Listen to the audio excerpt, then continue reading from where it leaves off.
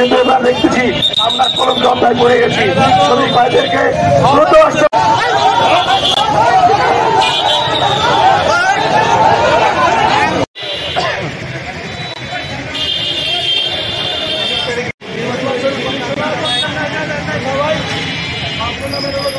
সত্ত্বেও আমরা কেউ জানলাম না যে ফরিদপুর মোটর ওয়ার্কার্স ইউনিয়নের সাধারণ সভা হচ্ছে, নির্বাচন হচ্ছে, কমিশন গঠন হচ্ছে।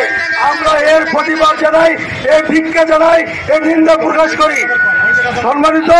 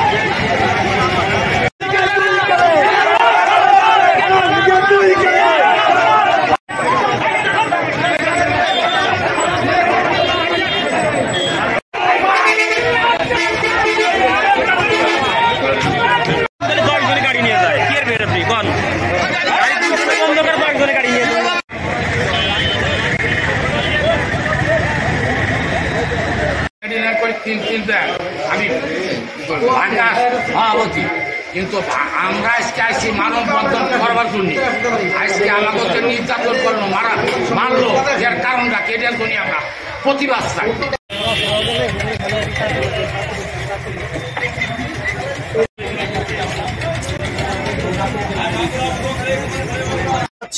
নির্বাচন দ্রুত প্রত্যাহার করা হোক, নাহলে পরবর্তী এর চেয়ে বড় হয়তো আন্দোলন আরো কিছু হতে পারে।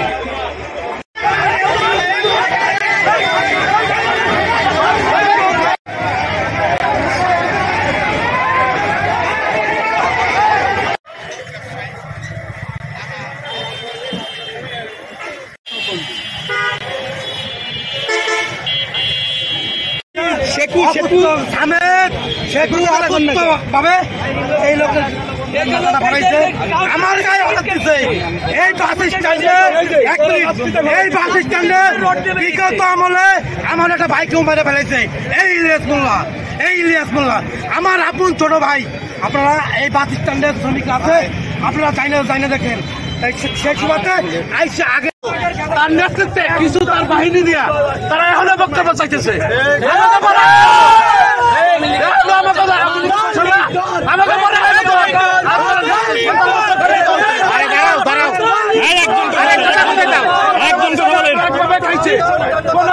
এখন আমরা নির্বাচিত হয়েছি, এখন এই আওয়ামী লীগের দোষর গোলাম নাসির তার পেটিকটা বাহিনী দিয়ে আমাকে